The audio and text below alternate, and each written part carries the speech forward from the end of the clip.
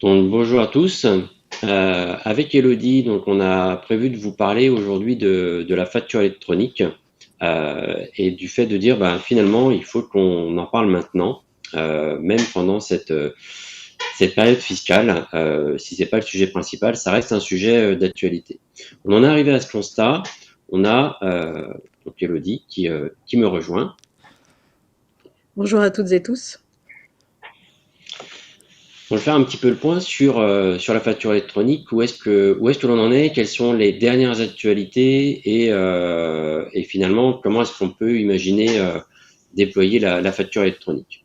Alors pourquoi en parler aujourd'hui? Vous avez probablement vu avec vos clients, vous avez on a quand même des prises de position de la part de certains éditeurs, de la part de certaines banques, pour inciter les clients à choisir leur PDP, donc la plateforme. On va revenir un petit peu dessus.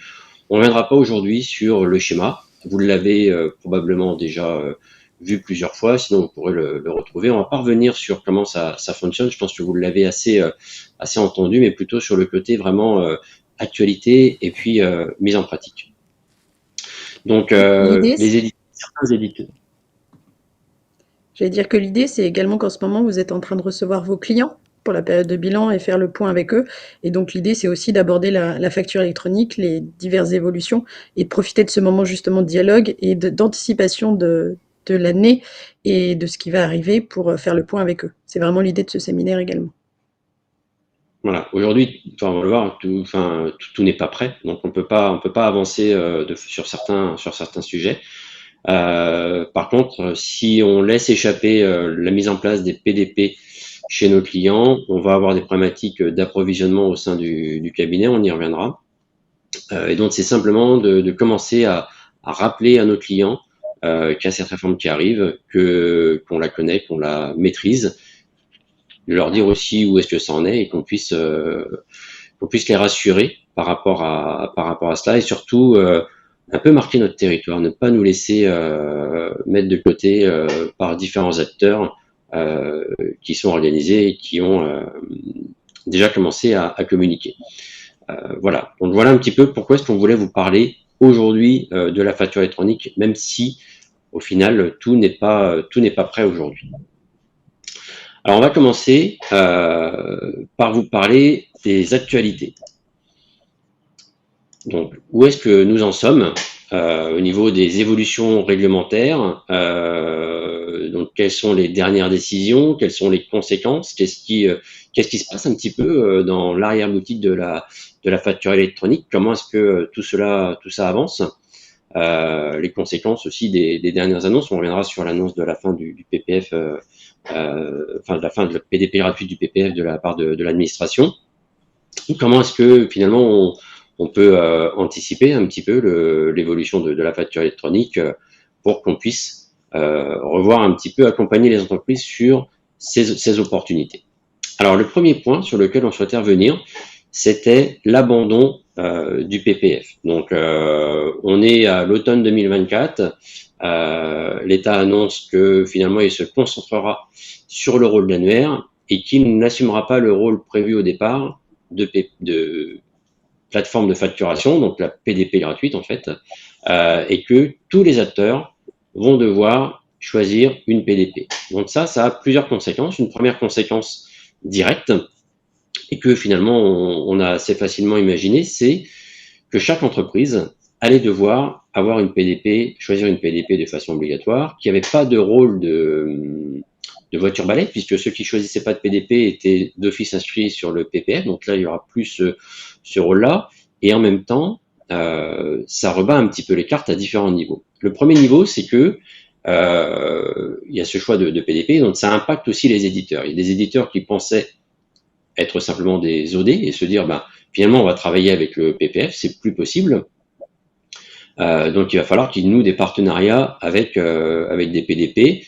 Et donc, il y a forcément des impacts au niveau des éditeurs qui vont devoir soit avoir une stratégie de développement de PDP, soit trouver une PDP avec qui ils vont finalement trouver un accord et pouvoir remplir ce rôle-là.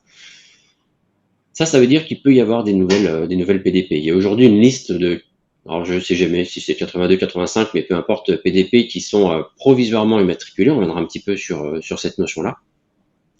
Cette liste-là, elle va forcément changer. Probablement des nouveaux acteurs. Je sais qu'il y a pour en avoir discuté avec certains, des éditeurs qui se disent, finalement, on va aussi nous créer une PDP. Vous voyez, donc certains qui n'avaient pas forcément prévu d'y aller, qui vont y aller. Certains qui se disent qu'ils vont travailler avec des opérateurs de PDP et nouer des partenariats. Donc l'écosystème est en train de bouger. Au niveau des actualités, le point important, c'est qu'en effet, tout n'est pas prêt, on est loin de là, et on va revenir sur ça en détail. Le deuxième impact de la fin du PPF. Oui, vas-y. J'aimerais juste rajouter qu'en termes de stratégie du cabinet, c'est impactant, cette nouvelle. Pourquoi? Parce que pour les petits clients qui avaient très peu de flux, on s'était imaginé probablement pouvoir saisir leurs factures directement sur le portail, par exemple. Et donc, on s'était dit qu'on laisserait probablement un peu ces clients plus de côté, ou qu'on ferait un petit peu comme le système Chorus. Et ça, c'est pas possible. Donc, ça va changer, ça va impacter, hein, bien évidemment, notre choix, l'obligation d'avoir un PDP, et puis aussi la façon dont on comptait passer un certain nombre de clients qui ont très peu de flux aujourd'hui sur la réforme de la facture électronique. Donc, ce sera plus possible de ne pas avoir de PDP, et ça, c'est quand même impactant, et il faut vraiment le prendre en compte pour nos petits clients, parce que pour le coup, ils vont avoir l'obligation quand même d'avoir une PDP, et ça veut dire pour un certain nombre d'entre eux, même s'il y a peu de flux, d'avoir un logiciel de facturation, ou alors éventuellement de saisir directement la facture sur le PDP, mais on voit bien qu'il y a une obligation qui est un petit peu différente de ce qu'on avait anticipé. Ouais, ça ramène beaucoup d'entreprises finalement où on s'était dit qu'il n'y avait pas forcément besoin d'organisations très complexes à revenir dans des organisations qui vont être plus standardisées, notamment toutes ces SCI qui font 10 factures pour de la TVA, qui vont devoir revenir dedans. Donc voilà. Le deuxième impact, plus indirect, c'est que du coup, l'État, par son rôle de PPF, se disait, on va définir un petit peu les règles. Et notamment, on va définir les règles au niveau des annonciations des cas d'usage. Donc, comment est-ce que le cas d'usage fonctionne sur le PPF, et les PDP vont emboîter le pas dessus. La DGFiP a dit, finalement, si on fait plus le PPF, les cas d'usage, on n'a pas vocation non plus à les faire. Donc, il y a eu la création de commissions au sein de l'AFNOR, qui a plusieurs rôles. Le premier, c'est de déterminer, de finaliser la notion des cas d'usage. Donc, l'AFNOR récupère, via des groupes de travail, la description des cas d'usage et du fonctionnement des PDP. Il y a déjà des cas d'usage qui étaient prêts au niveau de l'administration, mais ceux-là, il y avait un flou quand même, c'était est-ce qu'une PDP, quel est le socle minimum qu'une PDP a l'obligation d'avoir pour pouvoir être interopérable avec le PPF au niveau des cas d'usage. Là, l'interopérabilité, elle est aussi repositionnée au niveau de l'AFNOR, donc ça, c'est plutôt une bonne nouvelle, puisque ça veut dire qu'il y a une standardisation des échanges. Alors, il n'y a pas d'obligation, hein, on est sur des normes volontaires, mais à un moment donné, on peut pas être un système informatique en dehors de tous les échanges, ça fonctionne pas, donc il y aura une normalisation des échanges avec des API modèles qui vont être respectés par l'ensemble des PDP, et ça permettra de faciliter l'interopérabilité entre les PDP. Les cas d'usage, eux, sont également repris au niveau du groupe de travail de l'AFNOR, ce qui peut vouloir dire qu'il va y avoir des contraintes qui pourraient être mises au niveau des PDP. Donc là, les groupes de travail ils commencent sur la partie de production. L'ordre du jour est très chargé, le timing est très serré, mais ça commence. Donc on n'a pas encore de finalisation, mais on peut imaginer qu'il peut à un moment donné y avoir des contraintes avec un minimum de cas d'usage à respecter, par exemple, pour pouvoir assurer l'interopérabilité, et que ça peut à un moment donné aussi décourager certains acteurs. Je le disais tout à l'heure, on va avoir des nouveaux acteurs parce qu'il n'y a plus de PPF, et il y a des acteurs qui se disent finalement, moi je vais quand même aller dans la démarche d'une PDP. On peut aussi imaginer que par rapport à ces contraintes, certaines PDP finalement se disent la charge va devenir trop lourde par rapport à ce qu'on avait prévu, et on arrête. Il est totalement possible d'arrêter aujourd'hui pour une PDP. Donc cette liste aujourd'hui des acteurs, il faut retenir qu'elle n'est pas figée en fait. Elle va évoluer. Il y en aura des nouveaux, il y en aura des qui vont arrêter. Donc il faut faire attention. Donc ça c'est l'impact d'une normalisation AFNOR, ouais. J'aimerais rajouter, si tu le permets, Boris, en termes de stratégie cabinet, c'est vraiment ultra impactant hein, aussi ces cas d'usage. Pourquoi? Parce qu'en fait, je pense pas que toutes les PDP vont gérer tous les cas d'usage. Ce qui veut dire qu'en fonction de comment vous allez déployer dans le cabinet de vos besoins et des besoins qu'ont vos clients, il va falloir également aller bien vérifier les cas d'usage qui sont traités par les PDP avant de choisir des PDP ou avant de les proposer aux clients. Et donc ça, c'est aussi quelque chose qu'il va falloir prendre en compte et c'est quelque chose qui n'est pas prêt aujourd'hui.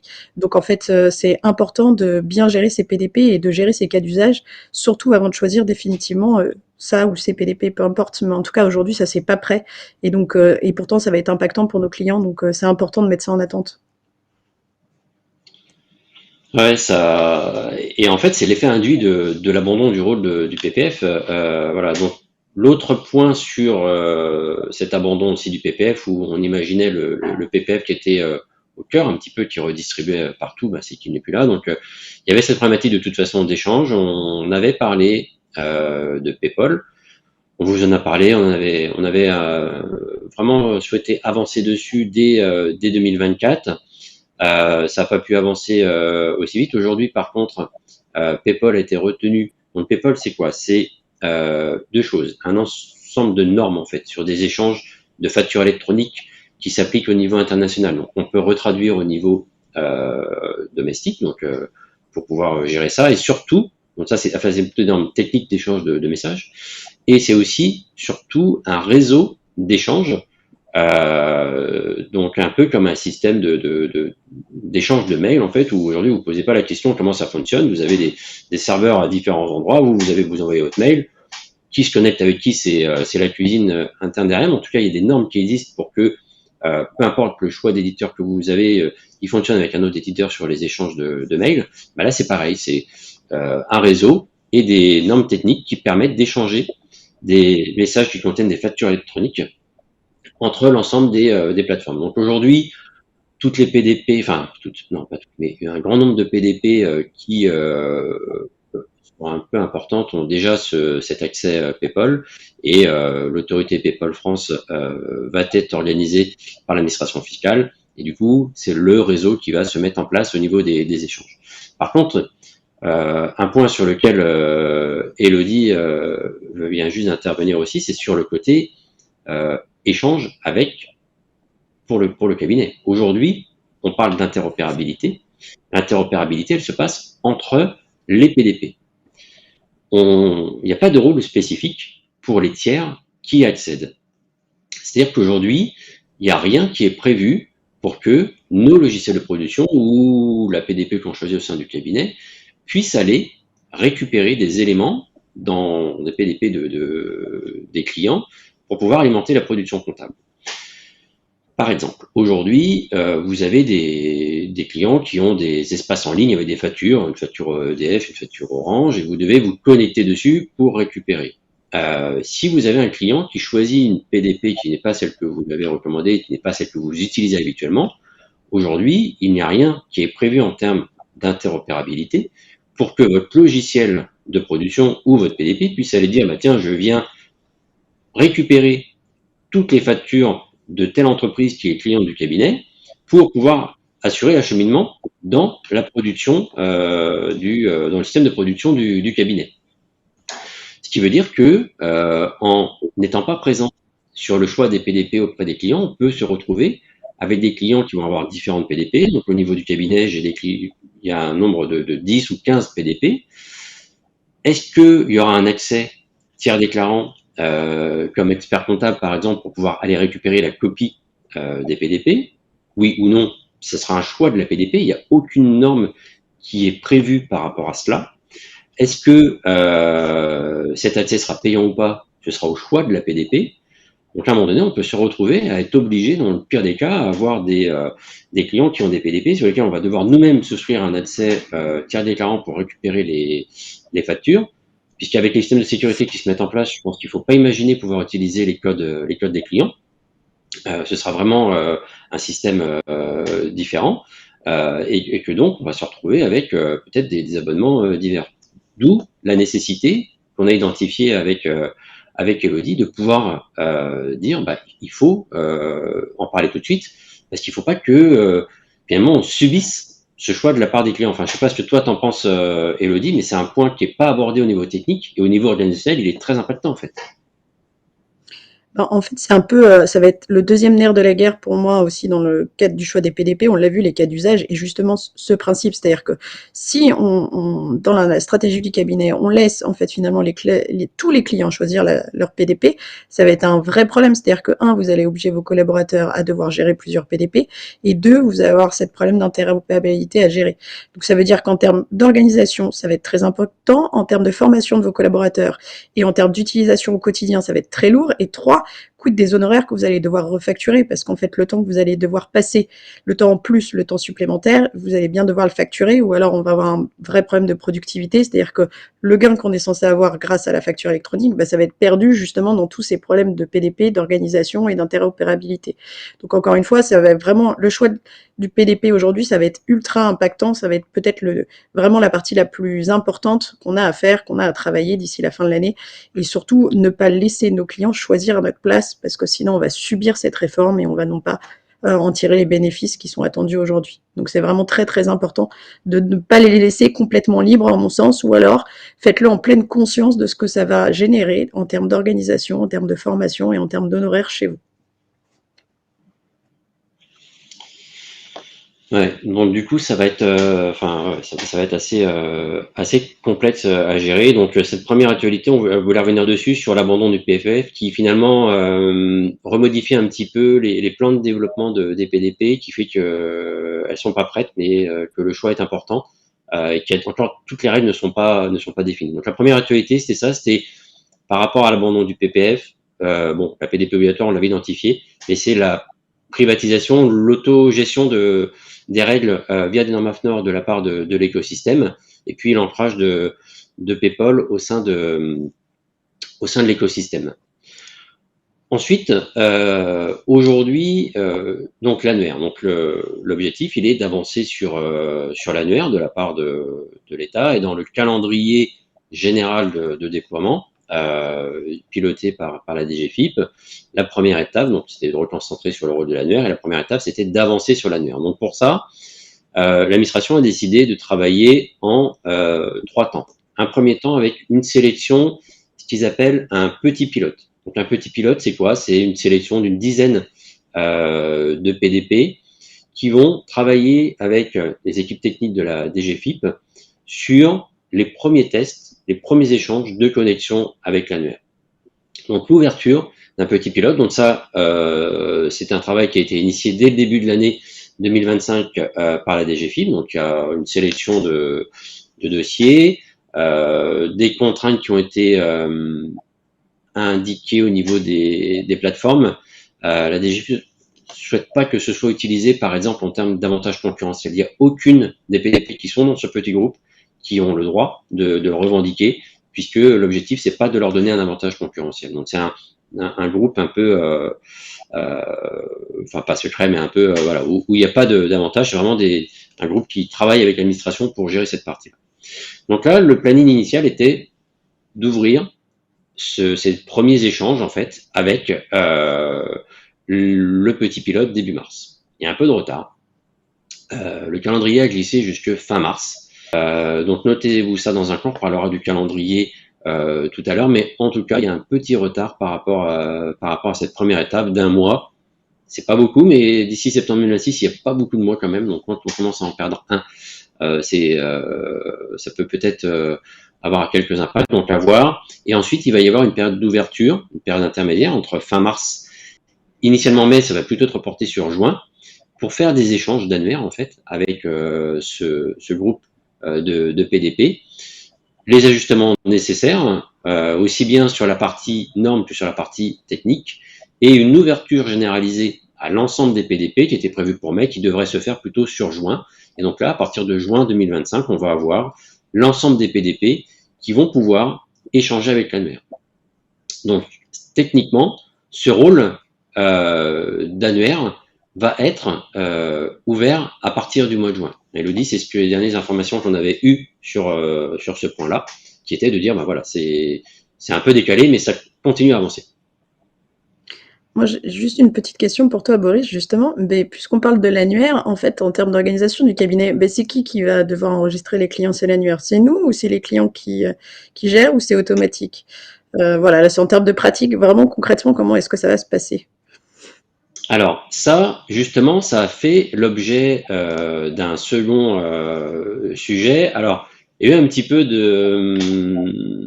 d'énervement, il y a eu un petit peu de sur comment est-ce qu'on va faire? Parce que tout est parti d'un opérateur qui a dit, nous, les clients qui sont chez nous, qui ont un compte chez nous, auront accès et seront d'office sur notre PDP. Donc là, forcément, toutes les autres PDP ont levé les bras au ciel et sont tous allés un par un à la DGFiP pour taper au bureau je sais plus qui est la DGFiP, pour dire non mais en fait c'est pas possible de faire ça, il peut pas y avoir d'inscription obligatoire. Alors opt-in, opt-out, tout le monde parle d'opt-out, mais bon, peu importe.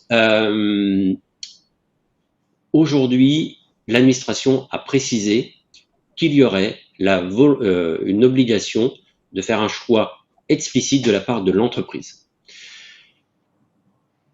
Ils sont partis au début pour faire un CERFA. Alors, est-ce que c'était une provocation parce que le gouvernement d'avant, avec Bruno Le Maire, avait dit qu'il n'y aurait plus de CERFA? Je ne sais pas, mais en tout cas, ils étaient partis sur un CERFA. Ça va pas être un CERFA, ça va être un formulaire, donc un formulaire standardisé. Donc là, c'est fait aussi le cadre des travaux avec le petit pilote de dire, globalement, il va y avoir un formulaire que devra signer chaque entreprise qui va rester en fait a priori, alors c'est pas calé, hein, donc ça peut encore bouger, mais l'objectif est de dire c'est un formulaire standardisé entre la PDP et l'entreprise, où l'entreprise signe comme quoi elle décide d'utiliser cette PDP et qu'elle autorise la PDP à inscrire l'entreprise dans l'annuaire comme étant inscrite chez elle. Pourquoi? Parce qu'en fait, ils se sont dit, finalement, avec ces systèmes d'adhésion automatique ou de cliquez oui si vous êtes OK sans forcément lire le message, on va se retrouver avec des entreprises qui peuvent avoir deux PDP, alors en réception, parce qu'on peut avoir des schémas, on ne viendra pas dessus aujourd'hui, mais on peut avoir des schémas avec des émissions, des réceptions qui seraient éventuellement différentes, mais on pourrait avoir deux PDP qui revendiquent une entreprise en disant non, elle est chez moi, non, elle est chez moi. Donc là, l'administration a dit, c'est facile, si jamais ça arrive, il faudra que chaque PDP puisse fournir un document signé de la part de l'entreprise, comme quoi l'entreprise a bien fait ce choix explicite. Ce qui ne veut pas dire qu'on n'aura pas d'entreprises qui ne vont pas signer deux documents. Hein. Enfin, voilà. Je ne suis pas certain en termes d'organisation, mais pour répondre à ta question, Elodie, on va avoir l'obligation de formaliser ce choix de la part des entreprises et de le garder. Les PDP vont le garder, mais c'est un peu comme les mandats qu'on a. On va garder ça au sein du cabinet. Alors, on pourra les proposer au niveau des entreprises. Il n'y a pas d'obligation on peut s'en occuper avec les entreprises, mais il faut simplement collecter les signatures de la part des entreprises. Est-ce que ça répond à ta question, Elodie? Ça répond parfaitement à ma question, mais je dirais juste qu'en termes de calendrier, on est d'accord. Si j'ai bien suivi, pour le coup, ça va être l'annuaire généralisé à partir de juin, ce qui veut dire que tous les PDP vont pouvoir commencer à inscrire nos clients sous réserve que nos clients signent à partir du mois de juin.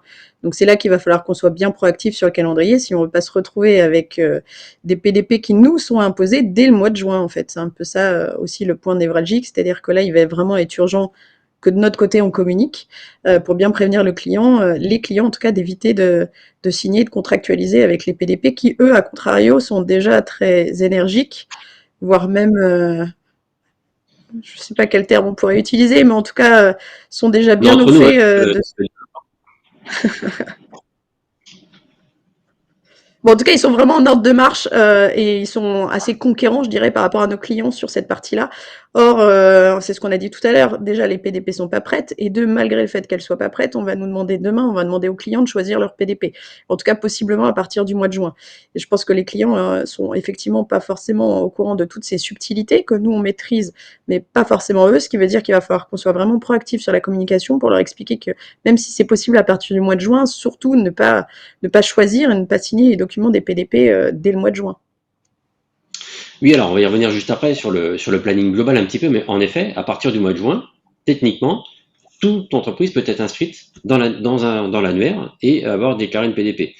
Donc on peut se dire qu'il peut y avoir déjà des mois de juin des échanges à la limite entre les PDP. Voilà, on a vraiment ce côté-là qui se met en place. Donc Alors, quel plan en mois de juin, je ne sais pas exactement, mais ce qui veut dire qu'on peut avoir des opérateurs qui vont faire signer aux entreprises, dès le mois de juin, le fait de les déclarer eux comme PDP. Alors, est-ce qu'il est possible de changer une PDP une fois qu'on en a choisi une? Oui. Comment? C'est pas encore défini. Il sera possible de toute façon de changer, mais c'est forcément quelque chose qui est pas simple. Et du coup, si vous avez essayé de changer d'opérateur de mail, par exemple, c'est quelque chose qui est assez complexe. Vous dites à un moment donné quand est-ce que ça arrive où, enfin voilà, c'est compliqué. C'est quelque chose qui est techniquement possible, qui n'est pas encore défini, mais qui sera pas simple. Donc on peut imaginer que les entreprises changeront peu de PDP, d'où ce que disait Elodie, attention à ce choix avant, et il est important de prévenir les entreprises, puisque là, les PDP ne sont pas prêtes, on le verra avant 2026, mais elles vont pouvoir constituer leur clientèle à partir du mois de juin. C'est pas forcément cohérent en termes de planning, mais c'est comme ça. Et donc il faut que l'on fasse avec. Donc on ne pourra pas avoir d'inscription par défaut. Il faudra que l'entreprise signe un document pour pouvoir et un document qui sera normé, c'est-à-dire que ça peut pas être des conditions générales. On est vraiment sur un document normé avec, enfin voilà, le cadre est indiqué, ce qui veut dire qu'on va pouvoir les automatiser aussi au sein du cabinet. On va pouvoir faire du postage, par exemple. Voilà, on va pouvoir simplifier les opérations au niveau du cabinet. Mais ce qui veut surtout dire, c'est que d'ici le mois de juin, je sais pas, moi j'ai un peu autre chose à faire d'ici le mois de juin que m'occuper de ce sujet-là. Et du coup, il faut faire attention puisque les clients peuvent venir dessus. Donc, je sais pas toi comment tu as imaginé, Elodie, mais voilà. Moi, je me suis dit que surtout, j'allais probablement pouvoir, enfin, les entreprises vont pouvoir être inscrites sur l'annuaire sans choisir tout de suite leur PDP. Et en fait, c'est là-dessus que je compte essentiellement communiquer, c'est-à-dire que l'annuaire, on va pouvoir commencer à y aller, mais le choix du PDP n'est pas prioritaire dès le mois de juin, donc effectivement, bien prendre le temps de le faire de manière assez juste. Moi, je trouve que choisir une PDP avant d'avoir pu la tester, ça me paraît complètement inconcevable et je pense qu'il faut qu'on fasse très attention à ça et qu'on fasse très attention aux cas d'usage qui vont être proposés par les PDP. Donc, vigilance. Donc, moi, je dirais oui pour l'inscription sur l'annuaire, bien évidemment, commencer le travail, mais non pour le choix de la PDP dès le mois de juin. Voilà, donc attention sur ce point-là. Ça a été clarifié sur le fait de dire il faut vraiment signer un formulaire, enfin signer. Le formulaire servira en cas de litige si jamais il y a deux PDP qui s'autoproclament PDP d'un client. Voilà, donc il n'y a pas de. Aujourd'hui, il n'est pas prévu que l'administration les collecte. Ils ne savent pas forcément les gérer, ils n'ont pas forcément envie. C'est vraiment de dire on gérera les litiges. Donc voilà un petit peu où est-ce que nous en sommes sur l'annuaire. Donc ça avance, mais ça a pris un petit peu de retard. Alors si on remet un petit peu le calendrier général de tout ça, pour atteindre cet objectif de septembre 2026. Est-ce que septembre 2026 va être maintenu ou est-ce que septembre 2026 va être reporté? À aujourd'hui, il n'y a pas de volonté de l'administration fiscale de reporter. Il y a toujours des pressions de la part de certaines organisations représentant des entreprises de décaler pour avoir du temps. Plus que toutes, il y en a certaines maintenant qui veulent vraiment avancer. On n'a pas eu de communication officielle, donc c'est pas la peine forcément d'en parler, mais en tout cas aujourd'hui, il n'y a pas de report qui serait envisagé d'après les informations que nous avons. Par contre, on ne peut pas ignorer qu'il y a un premier retard qui est constaté sur la première étape au niveau de l'annuaire, donc un petit décalage d'un mois. Voilà, faut juste l'avoir en tête. Donc on se dit, en fait, ça ne devrait pas bouger, mais il y a un retard d'un mois. Alors le planning, c'est quoi? Le planning, c'est juin, ouverture de l'annuaire à l'ensemble des PDP.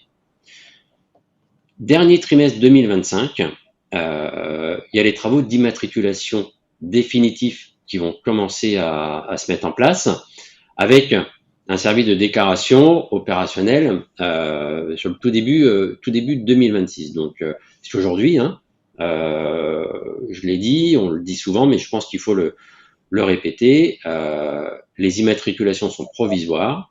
Ça ne veut pas dire que les candidats avec des immatriculations provisoires iront au bout en fait et seront réellement PDP, puisqu'ils n'ont pas été obligés de justifier de leur développement. C'est un dossier administratif, ça ne veut pas dire que les développements sont terminés.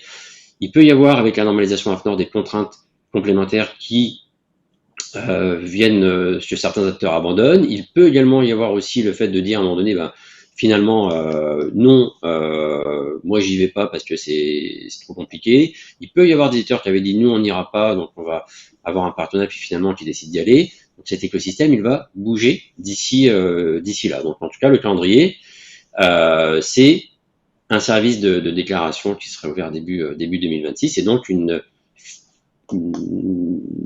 finalisation de déclaration d'immatriculation des PDP fin 2025, début 2026. Donc concrètement, les PDP ne seront pas prêtes avant début 2026. Pour une ouverture en septembre. Et là, chez les éditeurs, ça met un peu de stress parce que il y a cette période finalement de pilote, que certains nomment vous entendez peut-être parler de bac à sable. On se dit ben on a en fait une période entre l'immatriculation définitive et puis le mois de septembre où on fonctionne en conditions réelles mais sans obligation, et ce qui va nous permettre de valider des choix, de confirmer des fonctionnements technologiques, d'affiner, de modifier des choses, et c'est la période de réglage. Cette période de réglage, elle a décalé d'un mois avec le retard sur l'annuaire. Elle est très courte en fait. Elle est très courte, ça pose deux questions. La première, c'est est-ce que septembre 2026, c'est certain? À aujourd'hui, tout le monde dit que oui, mais il ne faut pas oublier que dans la loi, il y avait une possibilité d'un décalage de 3 mois, jusqu'à 3 mois en fait, de la part dans le texte qui fixait la date de septembre 2026. Donc, il peut y avoir un petit décalage. Un grand report, personnellement, j'ai du mal à l'imaginer. Pour en avoir discuté l'année dernière sur les possibilités de report à la fin du dernier trimestre 2024 avec les responsables de la DGFiP, c'était pas du tout leur volonté. Ils étaient vraiment sur une volonté de dire on garde la date et c'est pour ça qu'on réduit le champ au niveau de l'annuaire, en faisant confiance au marché pour qu'il s'organise sur les PDP, mais on touche pas à cette date. Je pense pas que cela change. Après, on sait jamais. Les décisions.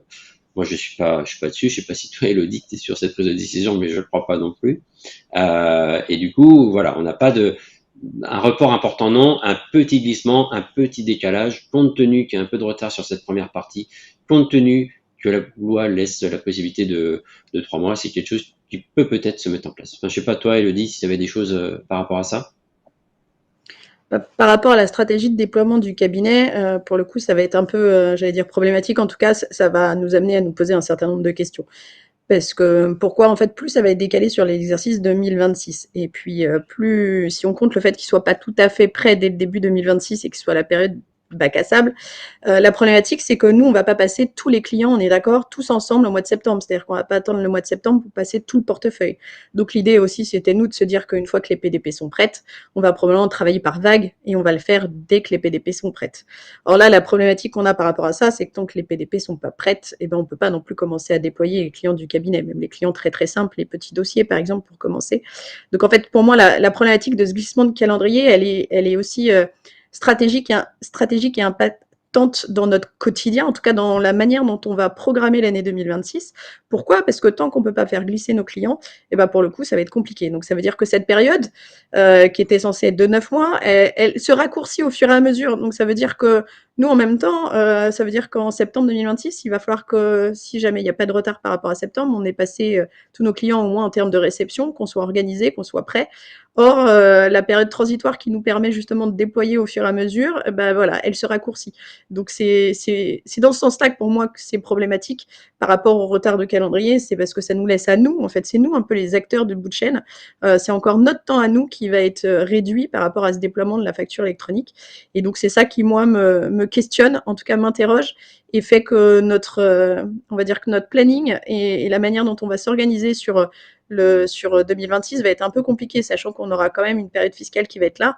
Donc en fait, plus on rogne et plus on décale et plus on va dire, on recule cette date et plus on va être en plein dans la période fiscale. Et on sait bien que c'est pas en plein dans la période fiscale qu'on va commencer à déployer. En tout cas, ça, c'est toujours un petit peu plus tendu cette période. Donc voilà ce qui me gêne dans ces retards, c'est vraiment à surveiller parce que ça va avoir des conséquences sur notre organisation à nous, sur ce premier semestre 2026 et sur en tout cas le déploiement des dossiers du cabinet.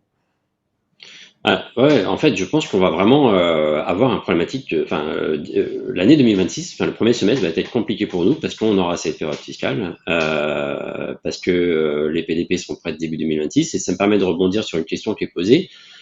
Est-ce qu'on a un benchmark ou est-ce qu'il va y avoir un benchmark? Oui, il va y avoir un benchmark, il va y avoir des benchmarks qui vont sortir, mais les PDP seront prêtes fin 2025, début 2026. Donc en fait, le benchmark il sortira pas avant. Oui, il y aura un benchmark des PDP, mais aujourd'hui c'est trop tôt. Et aujourd'hui, il y a des choses qui sont en train de se mettre en place. Les PDP sont pas prêtes, elles seront prêtes fin 2025, début 2026. Alors il y en a qui commencent à, j'ai vu des éditeurs qui commençaient à dire qu'ils allaient déployer des briques pour que on puisse aussi commencer à s'habituer, habituer les clients. Personnellement, moi j'ai mis quelques clients sur une future PDP pour les habituer sur la notion d'acceptation de facture, la notion de rejet. C'est des choses qui sont nouvelles. Il faut accompagner les clients par rapport à ça. Donc il y aura un benchmark des PDP, mais en effet, ça va être reporté.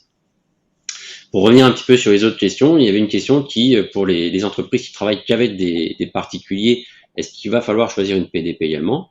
Oui, puisqu'il y a la notion de e-reporting, et donc le e-reporting est dans le périmètre d'intervention de la PDP. Et donc dès l'instant où l'entreprise est assujettie, même non redevable à la TVA, qu'elle travaille avec des particuliers, elle va devoir choisir une PDP pour le volet de e-reporting.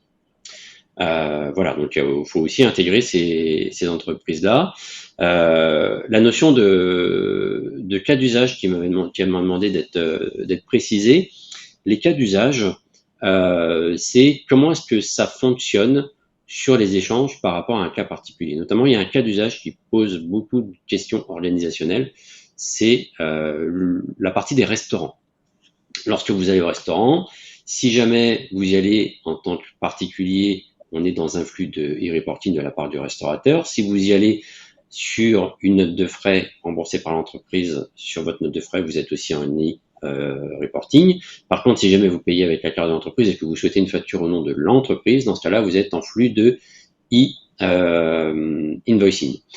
Donc, c'est comment est-ce que finalement les échanges se déroulent. Et le cas d'usage, il part en fait de la situation et il décrit les conséquences en fait du cas d'utilisation, de dire en fonction de tel cas, donc là par exemple je veux une facture pour l'entreprise parce que c'est la carte bancaire de l'entreprise, je suis dans un flux de e-invoicing, donc le cas d'usage c'est le paiement au restaurant qui va dérouler sur les différentes contraintes nécessaires et derrière les systèmes d'interopérabilité puisque il faut que la PDPA du restaurateur sache en fait quel type de flux, quels sont les détails qu'elle envoie à la PDP B qui est celui du client ou au PPF en cas de e-reporting. Donc on est vraiment sur ce côté, finalement la situation de la vie, c'est voilà ce qui se déroule en fait, comment est-ce que ça se traduit en termes d'obligation de facture électronique et d'échange de flux. Et c'est ça la notion des cas d'usage. Il y en a déjà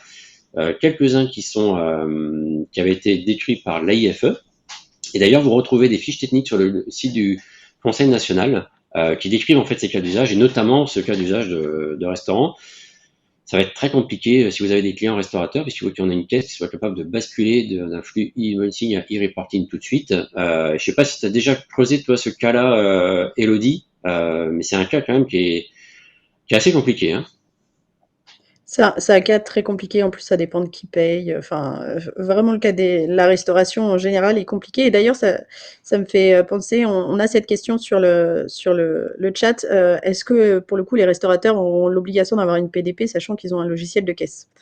Et en fait c'est la question à 100 000 $, je pense que ça concerne un peu tous les commerçants, on a l'impression que les commerçants ne sont pas dans la réforme et en tout cas on communique très peu vers eux. C'est aussi parce que le nom de cette réforme, c'est la facture électronique. Donc, les commerçants font pas de facture. Et donc, en fait, ils ne sont pas du tout concernés par cette réforme, ou très peu. En tout cas, très peu en ont conscience. Et c'est bien l'enjeu que nous, on va avoir dans la communication. Il faut bien préparer nos clients parce que oui, je suis commerçant. Et bah, pour le coup, la facture électronique, ça va à impacter mon quotidien et donc la réforme va avoir des conséquences.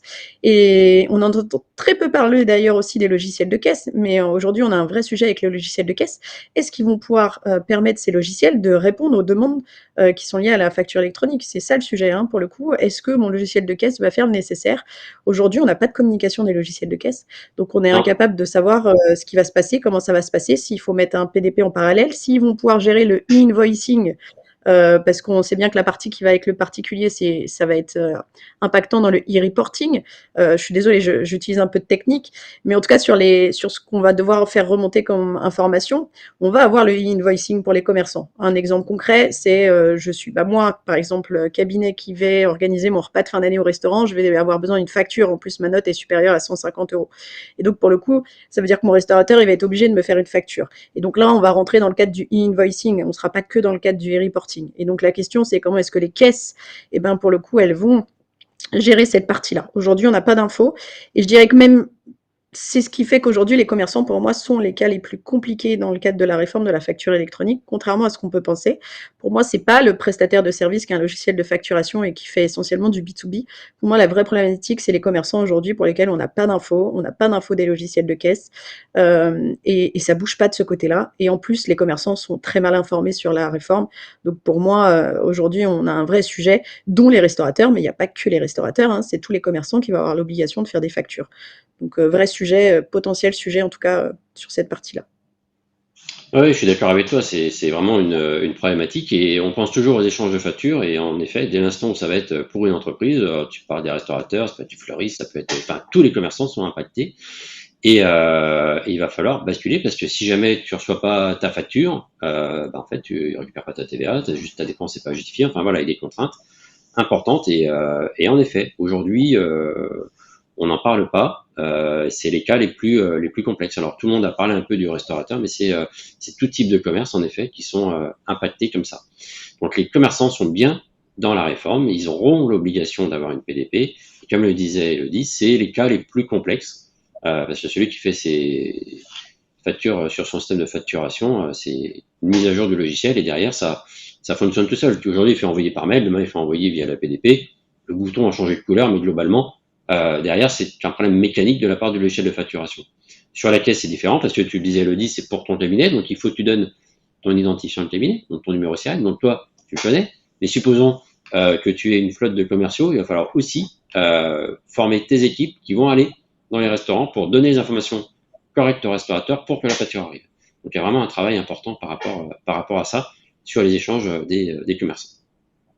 Oui, ça veut dire que Euh, nous entreprises, nous, experts comptables, j'allais dire, ce qui discute vraiment, c'est d'avoir un petit QR code sur nos anciennes cartes de visite ou cartes de visite sur les téléphones pour qu'en fait, justement, les commerçants ou en tout cas les prestataires puissent scanner nos éléments et récupérer directement tout ce qui va bien, c'est-à-dire le numéro SIREN, l'adresse et tout ce qui doit figurer sur le logiciel. Donc, nous aussi, hein, même en termes de préparation, on va avoir cette partie-là à générer et en tout cas à faire imaginer par nos entreprises, même celles qui sont en B2B pour la facturation. En tout cas, on aura ce sujet potentiellement et nous, en tant que particulier, ça peut être la même chose, c'est-à-dire qu'il va falloir qu'on puisse donner un certain nombre d'éléments quand on en a besoin. Et ça, il y a pas de norme hein, sur cette partie-là. Aujourd'hui, il y a rien qui est prévu. Il n'y a pas de travaux qui sont prévus non plus aujourd'hui. Il avait été évoqué à un moment donné de dire, bah tiens, on pourrait avoir un système de QR code qui serait pratique, mais c'est pas avancé. Et comme vous l'avez vu au niveau du calendrier, on avance un petit peu, un peu avec du retard. Donc ces nouveautés-là, peut-être qu'elles sortiront plus tard, mais en tout cas pas pour le moment. Si on prend une autre question, est-ce qu'on pourra récupérer les factures des clients, qu'elles soient validées ou pas dans les PDP? Ben ça va dépendre du fonctionnement de la PDP en fait, hein, ce que je vous disais tout à l'heure. Est-ce que à un moment donné, moi, en tant qu'expert comptable, je vais pouvoir récupérer les factures que mon client a validées dans sa PDP? Ça va dépendre de la PDP. Peut-être qu'elles seront connectées à mon système de facturation, peut-être que j'aurai un accès consultation où je pourrais télécharger et remettre dans mon logiciel de facturation, peut-être que non. Ça va vraiment dépendre de la PDP du client, d'où l'intérêt d'être présent auprès de tous ses clients pour pouvoir s'assurer d'avoir cet approvisionnement pour le cabinet. On a Une question sur est-ce qu'il y a une alternative? Oui. j'allais dire, on a une autre petite question assez générique qui revient régulièrement sur enfin les micro-entreprises sont-elles dans la réforme et même celles qui sont sous le seuil de la TVA? Et ben l'enjeu, c'est que la réponse est oui. En fait, Voilà. pour le coup, elles sont dedans. Elles sont toutes dedans. Et donc ça veut dire que ça aussi, hein, aujourd'hui, c'est pas forcément des clients qu'on a chez nous, parce qu'elles ont pas forcément besoin de nous, ces micro-entreprises, on est bien d'accord. Sauf que demain, c'est un sujet, c'est-à-dire qu'elles vont toutes être dans la réforme, donc elles vont avoir l'obligation effectivement de d'avoir des PDP et donc de faire le nécessaire. Donc la bonne nouvelle, c'est que ça va peut-être réintroduire un certain nombre de clients qu'on n'avait pas chez nous. Mais c'est là qu'on a un enjeu d'avoir quelque chose aussi de très simple, avec peu de flux à proposer à nos clients. Mm. Et le problème, c'est que ces entreprises-là devaient être récupérées par le PPF et elles n'y seront pas parce qu'il n'y a plus de PPF. Et qui va récupérer l'ensemble de ces entités selon la DGFiP, il y en a un peu plus de 3 millions parce qu'ils en considèrent que ils en ont à peu près 1 million qui sont plutôt des entreprises qui ont oublié de se radier.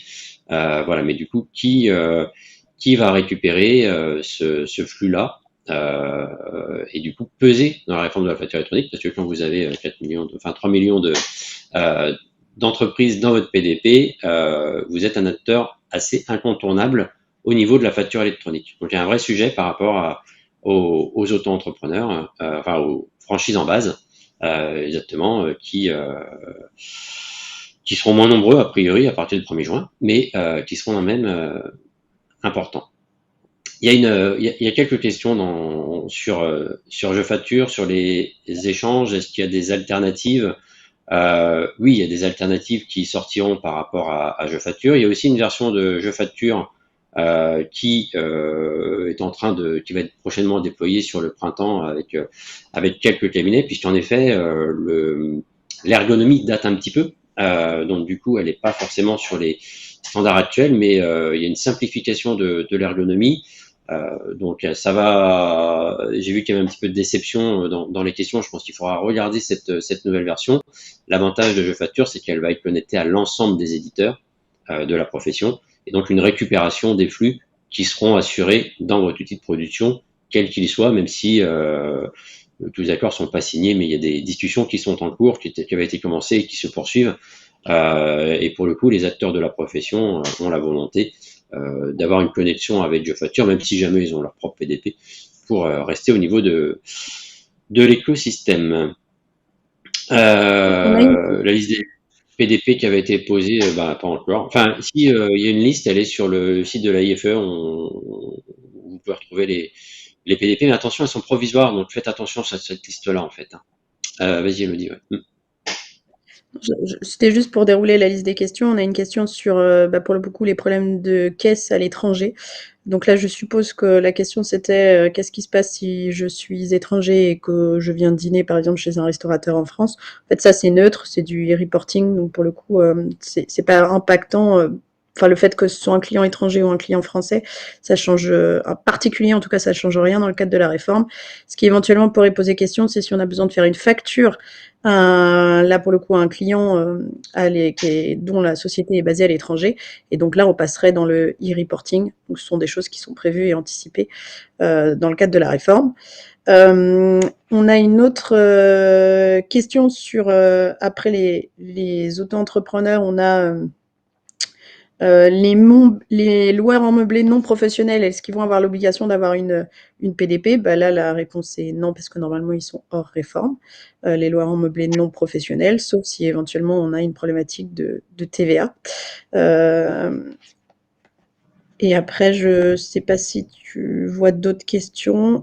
Il y avait une question sur est-ce que l'ordre peut imposer, est-ce que le Ah oui. Conseil national peut imposer un accès gratuit des experts comptables à toutes les PDP? Je ne pense pas en fait.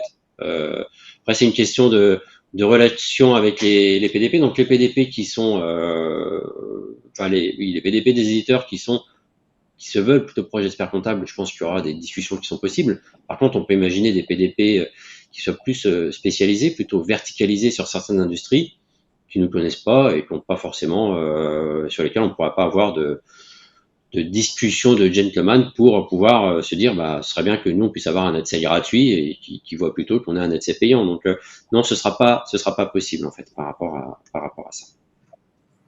On avait une question Voilà. également sur TVA sur marge, alors la TVA sur marge, c'est un cas classique, c'est ce que justement est traité dans les cas d'usage. Donc pour le coup, là, en fonction des PDP, il faudra aller voir ce qui est prévu par rapport à la TVA sur marge. Mais en tout cas, c'est déjà un cas qui est prévu et vous pouvez le consulter déjà sur les fiches de cas d'usage qui sont disponibles. Vous les avez à la fois sur i-fac-expert ou alors sur le site de la DGFiP. Et donc vous avez tout un tas de fiches assez intéressantes, dont la gestion de la TVA sur marge. Donc, je pense qu'on a à peu près fait le tour des questions sur cette première partie. Alors maintenant qu'on sait à peu près, bon, on a fait le tour des actualités, on voit que le calendrier devrait être à peu près maintenu. Elodie, comment on fait maintenant du coup alors? On fait quoi? Alors, bah, aujourd'hui, je dirais qu'il est urgent de patienter. Patienter pourquoi? Patienter pour le choix du PDP, hein, c'est ce que vous avez expliqué avec les actualités. C'est-à-dire qu'aujourd'hui, on ne peut pas les tester, les PDP. Elles sont pas prêtes. On n'est pas bien sûr de la liste que la liste soit définitive. C'est ce qu'on vous a dit. Pour l'instant, on a une liste provisoire, mais finalement, on n'est pas bien sûr qu'avec toutes les nouvelles contraintes, ce soit les mêmes qui soient là à l'arrivée. Et enfin, on a les cas d'usage qui sont quand même assez impactants en fonction des spécificités de nos clients. Pareil, qu'on n'est pas capable d'identifier parce que les PDP ne vont pas développer tous les cas d'usage. Donc c'est pour ça qu'il est vraiment urgent de patienter pour choisir un PDP. Ça ne veut pas dire un ou une PDP, pardon. L'idée, c'est de ne pas se dire qu'on va rien faire pendant ce temps-là. Pour moi, on a quand même des étapes à réaliser. C'est-à-dire qu'aujourd'hui, on peut déjà commencer à regarder parmi nos outils quelles sont celles qui, de manière provisoire, font partie des PDP. On peut commencer à regarder voilà, ce qui est disponible sur le marché et ce qui va être proposé. Mais en tout cas, je pense qu'il est important de commencer à avoir une short-in list des PDP que vous pourriez choisir. Mais en tout cas, pour moi, il faut clairement patienter jusqu'au choix. Enfin, il faut clairement patienter pour choisir et patienter jusqu'à quel moment? Patienter jusqu'à temps que vous puissiez tester. Il faut que vos collaborateurs aient testé aussi les PDP, il faut que vos clients les testent, parce que sinon, si vous choisissez quelque chose qui finalement est difficile d'accès, ou en tout cas qu'ils n'ont pas envie d'utiliser, ça va être, à mon avis, ça va être compliqué dans le cabinet. Donc je pense qu'il est urgent de patienter pour le choix des PDP de manière assez définitive. Par contre, en parallèle, c'est pas parce qu'on va patienter pour choisir les PDP qu'il faut pas communiquer avec ses clients. On l'a vu, il y a à contrario urgence à communiquer avec ses clients. Un, pour les rassurer et leur dire que nous, on maîtrise en fait, qu'on a les éléments et que justement on va les aider et qu'on va les accompagner sur cette période-là, mais que pour le coup, il ne faut pas qu'ils travaillent dans l'urgence ou qu'ils choisissent n'importe quel PDP sans nous en fait.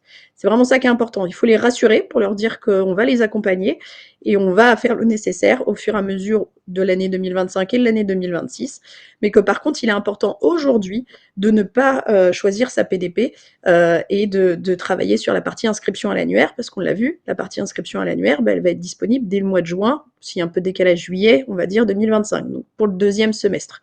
Donc attention à bien communiquer avec vos clients sur le fait, un, qu'ils ne choisissent pas une PDP pour vous, parce que sinon vous aurez le service après-vente à gérer, et que deux, vous allez les accompagner, il faut les rassurer, et trois, vous allez commencer à travailler sur l'inscription à l'annuaire à partir du deuxième semestre. Pendant ce temps-là, on vous encourage fortement à réfléchir à la stratégie du cabinet. Bah, finalement, qu'est-ce que j'ai aujourd'hui? Quels sont parmi mes outils ceux qui vont être PDP potentiellement ou pas? Je vais commencer à travailler sur est-ce que je vais prendre une ou deux PDP et on va réfléchir à comment est-ce qu'on peut justement penser à ça. Pourquoi est-ce qu'on en prendrait une? Pourquoi est-ce qu'on pourrait en avoir deux? Et donc ça veut dire qu'il faut commencer à réfléchir aux services que vous voulez proposer grâce au PDP. Parce qu'on sait que les PDP, l'un des enjeux aussi, ça va être la proposition de services complémentaires. Donc aujourd'hui, toutes les PDP vont pas pouvoir proposer tous les services. Mais il y a des services qui vont peut-être vous intéresser. À contrario, il y a des services qui vont pas du tout intéresser vos clients. Là, je peux parler par exemple du paiement des fournisseurs directement sur la PDP. On peut évoquer les relances clients, par exemple. On peut évoquer tout un tas de services vraiment qui vont pouvoir accompagner nos clients et justement nous permettre d'enrichir notre palette de services et de missions qu'on propose à nos clients. Excusez-moi. Et donc pour ça, voilà, faut avoir commencé à réfléchir à finalement qu'est-ce que je pense que mes clients vont avoir besoin et qu'est-ce que je voudrais leur proposer. Et enfin, il va être aussi important d'ici là de former nos équipes. Former nos équipes, déjà, il faut que nos équipes elles soient au point sur la facture électronique. Donc, qu'elles maîtrisent la réforme, savoir justement à qui ça s'applique. Tout à l'heure, on parlait des commerçants. Qu'est-ce qui va se passer pour les commerçants? Qu'est-ce qui va se passer pour mes petites SCI, par exemple? Qu'est-ce qui va se passer pour l'ensemble de mes clients? C'est important pour le coup, les collaborateurs soient bien au point là-dessus parce qu'ils vont discuter directement avec les clients. Donc, c'est important qu'ils aient les éléments. Et pour ça, on n'a pas besoin de tout réinventer, hein. Vous avez plein d'outils. Vous avez des replays, vous avez des questionnaires, vous avez des petites vidéos qui sont très bien faites, qui sont dispo dans Fuse Expert et IFAC-Expert. Et donc, c'est important justement qu'ils aillent commencer à s'inscrire, à regarder, globalement, qu'ils s'imprègnent de cette réforme, parce qu'ils vont être là pour la mettre en place dans nos cabinets aussi, hein. Donc, il y a la partie, ils vont communiquer avec nos clients, et puis il y a une autre partie de l'équipe qui probablement va travailler sur, moi, dans mon cabinet, comment je vais faire. Et donc, voilà, ça pour nous, c'est ce qu'il y a à faire aujourd'hui, ce qu'il y a à faire en parallèle de la période fiscale, ou juste à la fin de la période fiscale. En tout cas, ce qui est sûr, c'est que moi, je vous encourage de manière très très forte à ne pas choisir votre PDP tout de suite et à communiquer avec vos clients.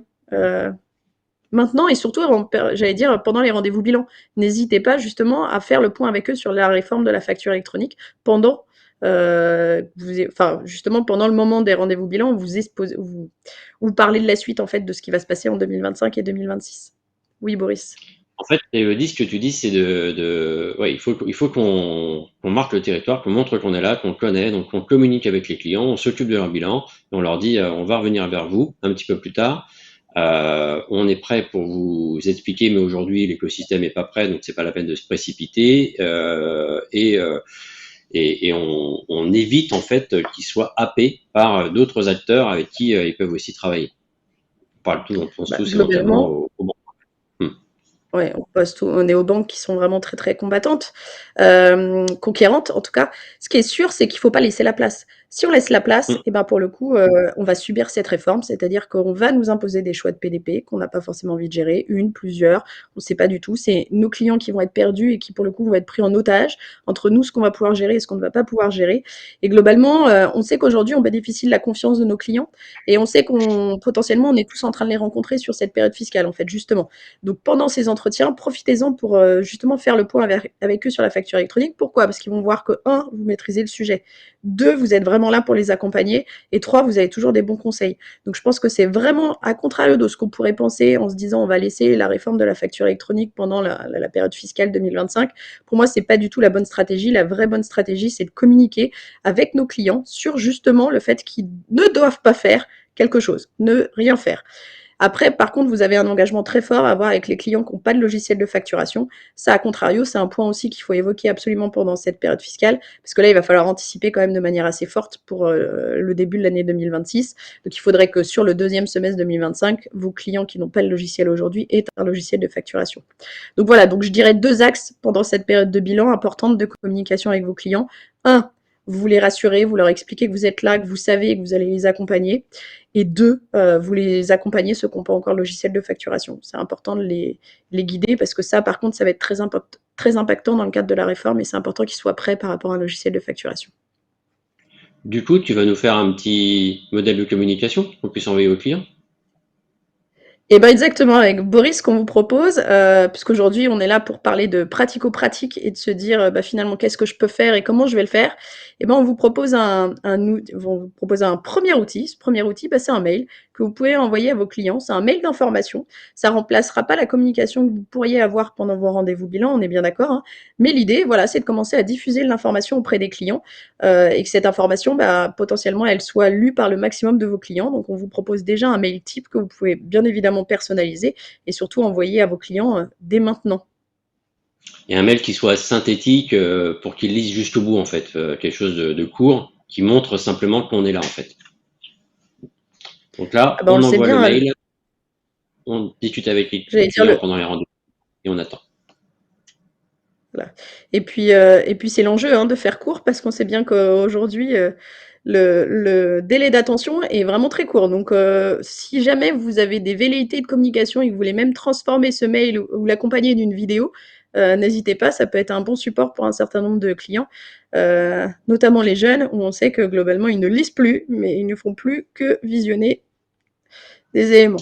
En tout cas, on voulait vraiment avec Boris vous proposer un premier outil qui soit pratico-pratique que vous pouvez utiliser et vous sensibiliser au fait que pour nous, il est important que vous communiquiez maintenant, en ce moment. En fait, malgré le fait qu'on soit en période fiscale, c'est justement maintenant qu'il faut interagir parce qu'on l'a vu, hein, je pense qu'on peut citer le nom.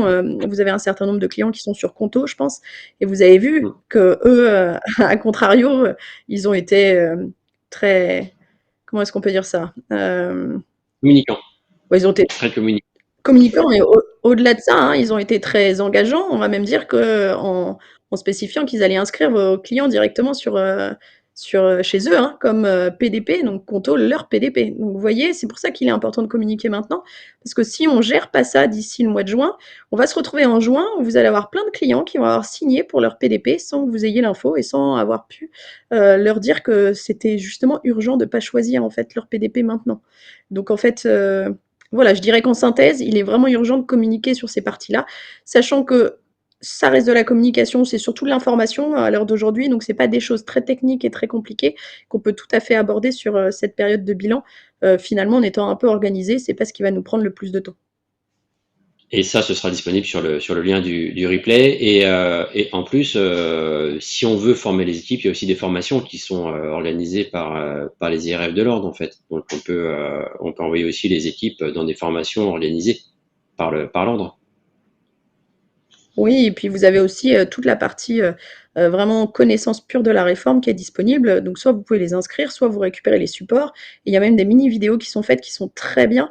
Si vous voulez pas que les personnes, enfin vos collaborateurs réalisent les 3 heures de formation à la suite, vous pouvez très bien découper.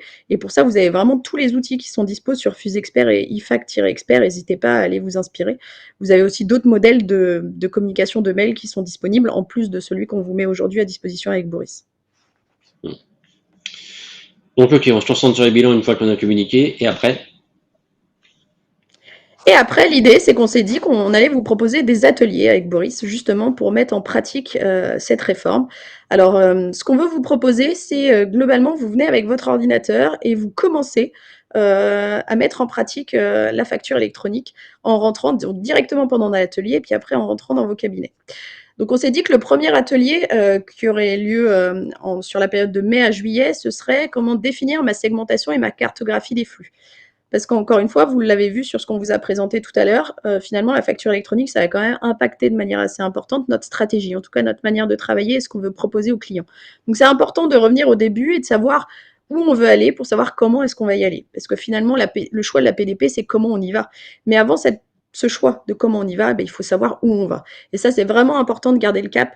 Et c'est pour ça que c'est important de laisser le choix des PDP à décaler un petit peu plutôt sur le deuxième semestre, voire le premier trimestre 2026, et de se concentrer sur finalement, moi, expert comptable dans mon cabinet, qu'est-ce que je veux faire, qu'est-ce que j'ai identifié comme besoin par rapport à mes clients et qu'est-ce que je vais pouvoir développer comme service, sachant que vous n'allez pas pouvoir proposer tous les services autour de la facture électronique. C'est pour ça qu'il est important, dans une première étape, d'aller segmenter votre portefeuille. Segmenter votre portefeuille, l'idée, c'est d'identifier les besoins particuliers des clients. Et la segmentation du portefeuille, finalement, souvent, dans la pratique, on trouve que c'est pas si simple. C'est-à-dire qu'on va extraire sur Excel la liste de nos clients et puis on va se dire, c'est bien, mais maintenant, comment je fais pour segmenter? Et en fait, quels sont les critères que je vais utiliser comme segmentation? Comment je vais définir mes critères de segmentation? Typiquement, un exemple, si vous mettez le nombre de salariés comme critère de segmentation, si vous mettez réellement le nombre de salariés, 1, 2, 3, 5, 10, finalement, vous allez voir que dans l'analyse de votre segmentation, ça va être ultra compliqué parce qu'en fait, vous aurez autant de segments que vous aurez de clients. Donc, en fait, voilà, une segmentation, ça se travaille vraiment pour qu'elle soit utilisable. Et donc, ça veut dire que ça s'anticipe. Et donc là, notre idée, c'est de vous donner les trucs et astuces pour que votre segmentation, vous puissiez la faire rapidement, que vos collaborateurs puissent utiliser l'outil et que surtout vous puissiez analyser la segmentation que vous aurez travaillée sur votre portefeuille. Donc c'est sur ça aussi qu'on vous propose de travailler lors de cet atelier numéro 1. À la suite, une fois qu'on a segmenté son portefeuille, l'idée c'est d'aller définir les services que vous voulez proposer à vos clients. Est-ce que je veux proposer des nouveaux services? Est-ce que je ne veux pas en proposer? A contrario, ça fait partie de votre stratégie. Et puis si jamais je veux proposer des nouveaux services ou des nouvelles missions, lesquels? Parce que je ne vais pas tout proposer, en fait. Donc finalement, qu'est-ce qui va être adapté à mes segments? Donc vous voyez, encore une fois, on va revenir à la segmentation, c'est-à-dire que je vais probablement proposer des services à certains segments de ma clientèle et pas à tous mes clients. En tout cas, pas forcément tout à fait la même chose. Donc c'est là qu'on va commencer à personnaliser en fonction des segments les services qu'on va proposer et la communication qui va aller après, à la suite. Dans une troisième étape, on vous propose de travailler sur le calendrier de déploiement. ben, on sait bien, hein, il va falloir y passer à la facture électronique, c'est ce qu'on s'est dit tout à l'heure avec Boris. Vous allez devoir y passer et donc pour ça, vous n'allez pas attendre septembre 2026 pour passer tous vos clients à la facture électronique. Donc l'idée, ça va vraiment être d'établir une stratégie par rapport à ça. Donc quel client je vais préparer en premier, avec quel client je vais commencer à tester, selon quelle fréquence et comment je vais faire. Est-ce que j'organise voilà, comment est-ce que je m'organise? J'organise ce passage de tous mes clients pour être prêt à partir de 2026. Sachant qu'on a quand même un enjeu, c'est oui, la date obligatoire, c'est septembre 2026. Mais dans la vraie vie, le problème de récupérer les factures, c'est quand même un enjeu pour nos cabinets au quotidien, en fait. Et donc, se dire que nos clients qui sont prêts ou pour lesquels c'est pas très compliqué, est-ce qu'on pourrait pas les passer avant? Bah, ça peut être une bonne idée de les passer avant, même si la date obligatoire, c'est septembre 2026, parce que ça nous permettra aussi de résoudre un certain nombre de problèmes dans nos cabinets. Enfin, quatrième étape, constitution de groupe. Vous allez devoir organiser des groupes de travaux dans vos cabinets. Il y en a qui vont devoir travailler plutôt sur la partie justement proposition de nouveaux services, puis il y en a d'autres qui vont peut-être travailler plutôt sur le déploiement, c'est-à-dire quel client on va passer dans quel ordre, comment est-ce qu'on va faire. Et puis vous avez aussi des groupes de travail qui peuvent travailler, enfin des groupes de travail qui peuvent aller on va dire personnaliser les communications et former les clients, en tout cas les informer sur cette réforme. Donc vous voyez, on va devoir vraiment en termes de stratégie identifier les groupes et les sujets qu'on va vouloir qu'ils travaillent, sachant que vous n'avez pas une personne qui va pouvoir être responsable de toute la réforme de la facture électronique, c'est impossible. Parce qu'on va avoir des impacts pour le cabinet et on va avoir des impacts pour le client pour les clients. Donc rien que ça vous oblige à avoir différents groupes parce qu'une seule personne ne pourra pas être chargée de mettre en place l'ensemble de la réforme, à mon sens, dans vos cabinets. Ça me paraît techniquement très très difficile. Et enfin, l'idée, c'est qu'entre-temps, vous allez pouvoir passer sur la phase améliorer les process. Parce qu'en fait, l'idée, c'est que la facture électronique, ça va nous permettre de vraiment gagner en productivité. Mais pour ça, ça veut dire qu'il va falloir faire la chasse aux opérations manuelles. C'est-à-dire qu'aujourd'hui, dans les cabinets, on a souvent beaucoup d'outils. Maintenant, la question, c'est est-ce que nos outils sont tous bien paramétrés? Et est-ce que nos outils sont bien liés entre eux? Est-ce qu'on a des API systématiquement? Ou est-ce que finalement, on a encore, contrairement à ce qu'on pense, beaucoup d'opérations manuelles? Ça, pour le coup, en fait, dans les cabinets, il faut faire un véritable inventaire. C'est-à-dire que là, il faut se mettre à côté des collaborateurs et regarder comment ils travaillent. Parce que parfois, on a quelques surprises. En fait, on s'aperçoit qu'ils ont un fichier Excel, mais ils vont intégrer ligne par ligne. Ils n'ont pas mis en place des matrices, par exemple, sur les ventes. En fait, ils n'ont pas activé l'API. On peut se rendre compte que sur les nouveaux dossiers, par exemple, finalement, ils n'ont pas paramétré toutes les lignes de banque. Donc, en fait, tout tombe dans le 471, par exemple, ou 401 diverses.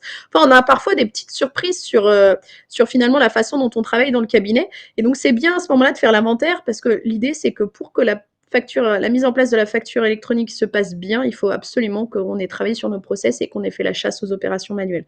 C'est un enjeu. Là, c'est un enjeu technique, c'est de la tambouille interne, j'allais dire. Ça ne va pas intéresser tout le monde dans le cabinet, mais par contre, il faut vraiment que ce soit fait pour que ça se passe de la manière la plus fluide possible et que surtout la facture électronique, ça vous permette de gagner du temps et pas en perdre en fait. Et si on n'est pas prêt par rapport à nos process, pour le coup, ça va être compliqué. Donc, il y a aussi vraiment tout ça à travailler sur cette partie atelier numéro 1. En tout cas, c'est ce qu'on vous propose comme programme. Et donc, l'idée, c'est qu'à chaque fois, on va travailler avec vous sur ces 5 différentes phases en vous donnant des trucs, des astuces, des outils. Voilà, on va partir dans le concret pour se dire comment je fais dans mon cabinet. L'idée, c'est que vous repartiez tous avec vraiment un plan d'action qui soit assez clair jusqu'à l'atelier suivant où on va vous proposer de travailler sur cette fois d'autres problématiques.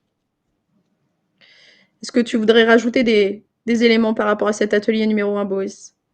L'idée, c'est vraiment ça, c'est vraiment de dire, en fait, vous l'avez vu un petit peu partout, tout ce qu'il fallait faire, mais c'est finalement quand on se retrouve seul devant son ordinateur, comment est-ce qu'on planifie tout ça, comment est-ce qu'on organise tout ça, par où je commence, et plus dur souvent c'est de commencer, donc on vous propose de commencer ensemble, de le définir, d'y travailler pendant une session d'un atelier, sur une demi-journée et que ce soit vraiment pratique et pas de vous dire comment faire, mais qu'on puisse le faire ensemble. C'est pour ça qu'il faut venir avec et ça on reviendra sur les éléments à apporter, mais voilà, on est vraiment sur une session de travail commun. Et dans les questions, il y avait aussi pour des confrères qui sont seuls ou qui sont à 2 ou à 3. En effet, quand on est sur une petite équipe, c'est aussi compliqué. Donc c'est bien de ne pas rester seul et de pouvoir aussi échanger des astuces sur cette partie de segmentation, de planification pour que tout se déroule au mieux. Donc ça, c'est vraiment le côté ultra pratique qu'on veut mettre en place sur ces ateliers, avec le premier par rapport au calendrier qu'on vous a mis en perspective tout à l'heure. Et une fois qu'on est prêt, Et ben, on s'est dit que 2e atelier, cette fois, on va aller sur, un choix impactant, mais qui finalement est sur le comment et non plus sur le où on va. Donc là, ça va être de tester, de choisir sa PDP et enfin de communiquer. Donc on vous propose 4 phases différentes dans cet atelier. Donc cette fois, les tests en interne, c'est-à-dire identifier les testeurs au sein du cabinet et créer des cas d'usage représentatifs, c'est-à-dire travailler sur les problématiques qu'ont nos clients de manière principale, hein, pas forcément toujours l'exception, mais plutôt voilà quelles sont les problématiques que je retrouve de manière assez fréquente chez mes clients. Donc et ça c'est important, on a dit de les identifier parce que les cas d'usage vont pas être gérés dans leur ensemble par toutes les PDP, soyons bien d'accord. Donc là ça va être important justement de refaire le lien avec la pratique et les process dans les cabinets. Dans une deuxième étape, on vous propose de travailler sur, cette fois, l'évaluation des options, c'est-à-dire comparer les avantages et les inconvénients des plateformes par rapport à ce dont vous avez besoin et ce dont ont besoin vos clients. Et puis s'informer sur les tarifs, parce qu'on n'en parle pas assez, mais la facture électronique, bah, pour le coup, ça va être payant, hein, parce qu'on est d'accord, c'est des acteurs privés aujourd'hui, on n'a plus le portail, et donc pour le coup, bah, on va avoir des problématiques de coûts. Et ces problématiques de coûts, au-delà des nôtres, parce qu'on va refacturer principalement à nos clients, je pense, en tout cas c'est le choix que va opérer un certain nombre de confrères et de consoeurs, bah pour le coup, est-ce que je vais forcément prendre une PDP avec un forfait où il y a tous les services qui sont possiblement inclus dedans et qui coûtent assez cher, alors que mon client finalement il veut aucun de ces services. Voilà, donc c'est sur aussi ces éléments qu'on va pouvoir travailler avec vous sur finalement bah, pour déterminer mon choix, bah, il va bien falloir que je parle de tarifs et que je parle d'options. Donc en fait, c'est l'idée de cette deuxième partie. Troisième partie, encore une fois, ben, il va falloir communiquer avec nos clients. C'est-à-dire que là, grâce à l'atelier numéro 1, on aura segmenté notre portefeuille, ben, il va falloir communiquer de manière plus pratico-pratique avec nos clients sur ce qui va se passer et sur le calendrier, c'est-à-dire quand est-ce qu'eux vont passer à la facture électronique. Donc pour ça, vous avez absolument besoin de cette segmentation. Pourquoi? Parce qu'on ne va pas communiquer avec de la même manière à tous les clients. Je rappellerai aussi qu'un mail, c'est de l'information. Pour moi, c'est pas de la réelle communication. Une communication, ça suppose un échange. Donc, c'est pour ça qu'avec Boris, on vous a proposé un mail d'information et qu'on vous a pas dit que c'était une réelle communication avec les clients. Une réelle communication avec les clients, c'est plutôt ce que vous allez faire au moment de l'entretien bilan. Donc, le mail, c'est vraiment informatif. Donc là, à ce moment-là, il va falloir aller communiquer avec vos clients. Donc, communiquer avec les clients, bah, ça peut être fait de différentes manières, en fonction du profil de vos clients. Et en tout cas, ce qui va être intelligent, c'est d'adapter votre communication. Je vais prendre un exemple concret par rapport à ça. Bah, si je suis un restaurateur, pour moi, la facture électronique, c'est ce qu'on se disait tout à l'heure, je vais avoir des impacts dans le cadre du e-reporting et du e-invoicing. Et je vais avoir des impacts avec ma caisse. Maintenant, la problématique du e-reporting, si je suis une entreprise prestataire de services qui fait que du B2B, je ne vais pas avoir besoin d'en entendre parler parce que je ne travaille pas avec les particuliers, donc cette partie-là de la réforme ne m'intéresse pas. Donc c'est en ça aussi, hein, sur la partie un peu plus concrète de ce qui va s'appliquer au cabinet, qu'on va vous aider à essayer de communiquer avec vos clients pour adapter et pas avoir quelque chose de générique, mais là bien avoir quelque chose de plus personnalisé.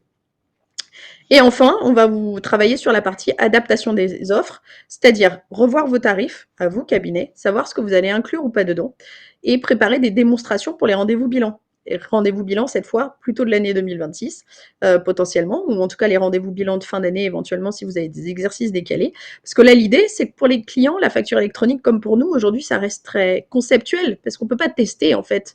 On n'a pas une véritable idée du concret de comment ça va se passer. Et donc là, l'idée, c'est justement d'aller travailler avec eux en leur faisant une vraie démonstration, en tout cas des démonstrations pour qu'ils aient une meilleure connaissance de ce que veut dire concrètement pour eux, en tout cas de comment va se traduire concrètement pour eux, pardon, cette réforme de la facture électronique. Donc en fait, l'idée, c'est aussi ça. Et donc à partir du moment où ils savent comment ça va se passer, ben, on peut retravailler avec eux l'offre qu'on va leur proposer. Donc là, encore une fois, on va partir sur on va parler de tarifs, mais cette fois, c'est pas de tarifs par rapport à la PDP, mais c'est bien de tarifs par rapport à ce que vous allez proposer à vos clients. Et on sait que l'équation, elle est pas si simple. C'est toujours très compliqué et ça va nous obliger, à mon sens, à revoir un certain nombre de propositions qu'on peut faire. Finalement, qu'est-ce que j'inclus dans la mission de présentation? Jusqu'où ça va? Et donc, c'est ça qu'on voudrait évoquer avec vous, notamment, entre autres, dans cette partie adaptation des offres. Donc là, cet atelier, il a plutôt vocation à être sur les mois d'octobre et novembre. Et dans l'idée, c'est qu'on sera déjà bien avancé et que là, on va finaliser vraiment votre préparation à ce qui va se passer en 2026 et la préparation que vous devez avoir avec vos clients. Donc pour ça, on vous proposera plusieurs outils. Et notamment, il y aura une checklist qui va nous permettre de choisir là où les PDP. Donc on verra quels sont les critères importants, sachant qu'ils seront différents pour les uns et les autres. Mais là, l'idée, c'est de se dire, bah, avant de choisir, il faut déjà que j'ai établi ma checklist, c'est-à-dire mon cahier mon cahier des charges. En fait, je choisis pas un outil sans avoir défini mes besoins préalablement pour savoir que ça s'adapte bien.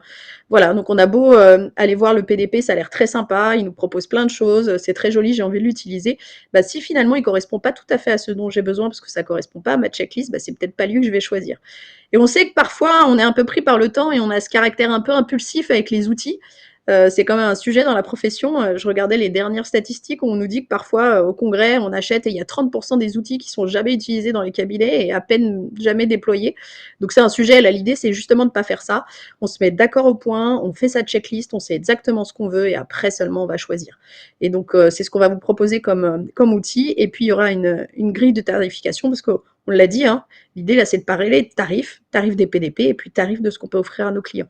Donc c'est important de mettre des chiffres et pour le coup avec Boris on se propose de vous donner des chiffres.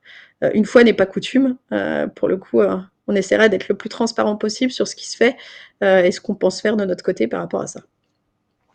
Voilà pour l'enjeu de cet atelier numéro 2. Encore une fois, on est sur la pratique. Venez avec justement vos ordinateurs, vos outils, vos prélistes de PDP pour qu'on puisse vous aider justement à avancer au sein du cabinet. C'est vraiment l'idée de ces ateliers, l'atelier 1 et l'atelier 2. Et donc on a imaginé le faire plutôt sur la fin d'année puisque les PDP seront prêtes plutôt sur la fin 2025 et avant c'est un peu tôt. Au niveau des dates, elles sont affichées. C'était compliqué de trouver un ordre, donc on a fait du nord au sud et puis voilà, comme ça on fait une boucle de Tour de France. Donc on commencera donc la première série d'ateliers. Donc à chaque fois les ateliers, on va les tenir dans 6 villes pour essayer d'être au plus proche de vous. Donc Lille, Paris, Lyon, Marseille, Montpellier et puis Bordeaux. C'est des demi-journées qu'on propose de passer ensemble. Donc mai, juin, juillet et puis après sur octobre, novembre pour que vous soyez prêts par rapport aux échéances qu'on a fixées. Au niveau de, pendant que tu expliquais, Elodie, il y a des questions qui sont dans le chat autour des coûts en fait. Le coût de la PDP, est-ce qu'on va pouvoir le réimpacter au client? Est-ce que ça va pas être trop lourd au niveau des petits cabinets notamment, des inquiétudes par rapport à ça. Alors, ce qu'il faut que vous ayez en tête, quand même, c'est qu'au niveau, on a fait des statistiques sur les clients qu'on a dans nos cabinets, donc les petites entreprises. En moyenne, on est à 250-300 factures à l'année. Donc, à voir au niveau après des tarifs des différentes PDP, ça va s'affiner. Si on est sur le tarif de je facture à 10 centimes la facture, ça vous fait 2,50 à 3 euros, de 25 à 30 euros, pardon, à l'année pour un dossier. Donc, à voir comment est-ce que ça peut être répercuté. On en reparlera pendant ces ateliers de novembre, mais on n'est pas sur des coûts très élevés. Et attention sur les forfaits. Moi, je veux vraiment qu'on attire votre attention sur le sujet des forfaits. Puisque souvent on a une volumétrie qui est plus faible que ce qu'on peut penser en termes de facture. Et donc les forfaits qui sont pour 500 factures alors que j'en ai 300 en moyenne, faites attention par rapport à ça. Au niveau des ateliers qui seront en présentiel uniquement, oui, on s'est dit qu'on allait les faire en présentiel parce que l'idée c'est vraiment d'être pratique et dans l'échange, c'est quand même beaucoup plus facile en présentiel. Donc voilà, et ces ateliers sont organisés par Ensemble pour Agir. Et donc on a le ECMA qui sera partenaire avec nous, qui apportera aussi du coup le côté outil qui permettra d'être concret par rapport à certains points de l'atelier. Voilà un petit peu sur les questions qu'il y avait dans le chat. Je vérifie rapidement si j'en ai pas oublié d'autres. Je dirais pourquoi ce choix peut-être du présentiel, parce qu'en fait, et pas de la distance, hein, c'est ce que vous a dit Boris, pardon. L'idée, c'est de travailler avec vous et de travailler sur vos cas particuliers, en fait. Et ce qui sera valable peut-être pour certains experts comptables qui seront à Paris, ne seront pas forcément les mêmes cas qu'à Montpellier ou à Bordeaux. Et donc là, on s'est dit que si on faisait quelque chose à distance, ça resterait très générique. Or là, notre idée, c'est vraiment d'aller avec vous sur la mise en place pratico-pratique. C'est pour ça que ça s'appelle le Tour de France dans la facture électronique. Là, l'idée, c'est que nous, on se déplace et qu'on se met à votre disposition pour discuter avec vous vraiment de ce qui se passe dans votre cabinet à vous et pas dans celui forcément du voisin. Donc si on a on va dire des préoccupations communes, tant mieux, mais c'est aussi pour pouvoir travailler avec vous sur vos préoccupations personnelles qui sont parfois un peu différentes. Et en tout cas, d'essayer d'individualiser au maximum la pratique autour de la facture électronique et justement de se démarquer un petit peu de ce qui vous est proposé aujourd'hui. Vous avez plein de formations un petit peu plus génériques qui sont disponibles. N'hésitez pas à aller les consulter parce que c'est ce qui permet d'avoir la base de connaissances. Là, notre idée avec Boris, c'est pas de revenir avec vous sur la base de connaissances. On vous encourage même à aller les visionner avant de venir à nos ateliers pratiques. Là, vraiment, on est sur comment ça va se passer, moi, dans mon cabinet, comment je le mets en pratique, comment je mets en place cette réforme demain. En fait, on est vraiment là-dessus et c'est pour ça que ça nécessite, à notre sens, plutôt des ateliers en physique que des ateliers à distance. Donc on vous renverra un mail pour pouvoir vous inscrire. Et la question c'est comment est-ce que je peux m'inscrire? Est-ce qu'on peut venir à plusieurs cabinets? Voilà, venez comme vous êtes. C'est ça qu'on s'était dit, Elodie. Et puis vous pouvez, enfin, on vous enverra le lien pour que vous puissiez vous inscrire aux différentes dates, comme vous avez reçu le lien pour ce matin. Il y avait une question qui intervenait sur les clients qui éventuellement ont signé avec Conto pour la PDP. Du coup, c'est pas légal. Bah, en effet, en fait, au niveau de l'adhésion à une PDP, il faut signer le formulaire qui n'existe pas aujourd'hui. Donc, il y aura obligation de re-signer le formulaire pour ceux qui auraient déjà signé quelque chose avec un opérateur. Donc là, il y avait le cas de Conto, mais en effet, il faudra revenir dessus. Le formulaire étant pas prêt, il n'y a pas de choix éclairé qui peut être formalisé. Aujourd'hui, il faudra revenir sur ce formulaire-là. Il ne va pas être décliné autrement. Des questions au niveau des Voilà. BNC. Et là, ouais, vas-y. pardon, j'allais dire, c'est la bonne nouvelle, hein, que Conto, pour le coup, ait mis les pieds dans le plat, parce que ça va justement nous obliger à plus de transparence par rapport à cette partie-là. En tout cas, ça a obligé la profession, mais pas que, ça a obligé tout le monde à s'organiser. Donc, ça veut dire que c'est là où on a de la chance, c'est-à-dire que on peut reprendre la main, en fait, et rediscuter avec nos clients. Moi, c'est ce que j'ai fait. Ça fait une semaine que mes clients qui sont sur Conto, que je vois en entretien bilan, je leur dis, ils ont décidé que vous seriez chez eux, surtout décochez, en fait. Ne choisissez pas la PDP chez eux et je leur explique pourquoi est-ce qu'aujourd'hui on n'a pas encore décidé. C'est-à-dire que le choix définitif sera de ne pas choisir Conto comme PDP, même si j'ai mis quelques doutes personnellement. En tout cas, ce qui est sûr, c'est que je veux pas que mes clients le choisissent de manière définitive. Donc en tout cas, je leur demande d'attendre et je leur explique pourquoi c'est important d'attendre. Donc par rapport à ça, on a vraiment une deuxième chance, si j'allais dire, parce que il se peut que si Conto n'ait pas eu cette démarche un petit peu conquérante, finalement, on n'est pas vraiment anticipé ces problématiques de choix, en tout cas de formulaire, etc. Et pour le coup, voilà, je pense qu'il faut le voir comme une opportunité pour nous de reprendre la main sur cette facture électronique et de reprendre la main sur la communication. Donc moi, je dirais finalement, merci Conto. Ah oui, oui, tout à fait. C'était pas prévu. Donc, il y a une réaction de la DGFiP suite vraiment à leur action de communication. Donc, et en effet, personne n'y avait spécialement pensé. Donc, du coup, voilà, ça permet de reclarifier un peu tout ça. Ouais, ouais, en effet. Alors, beaucoup de questions autour des BNC, notamment pour est-ce que les BNC auront l'obligation d'avoir une PDP? Donc ça va dépendre des BNC, mais oui, il y a pas mal de BNC qui vont être contraints de choisir une PDP, notamment pour la partie réception.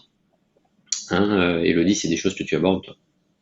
Oui, et puis j'allais dire, c'est vrai qu'on c'est peut-être pas les clients prioritaires, donc c'est peut-être pas ceux qu'il faut passer en premier, mais même les BNC pour qui il n'y a pas d'obligation d'avoir une PDP, j'ai envie de vous dire qu'aujourd'hui, la problématique de chercher les factures et de récupérer les factures, c'est la problématique numéro un dans nos cabinets, on le voit bien encore sur cette période fiscale.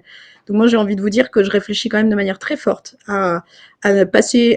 justement à passer ces BNC qui n'ont pas l'obligation d'être dans la réforme, quand même dans le cadre de cette réforme pour ne plus avoir à chercher leurs factures. Donc, je vais pas les mettre en prioritaire. Quand j'ai fait ma segmentation, c'est pas le groupe numéro un, c'est pas ceux sur lesquels je vais travailler en priorité.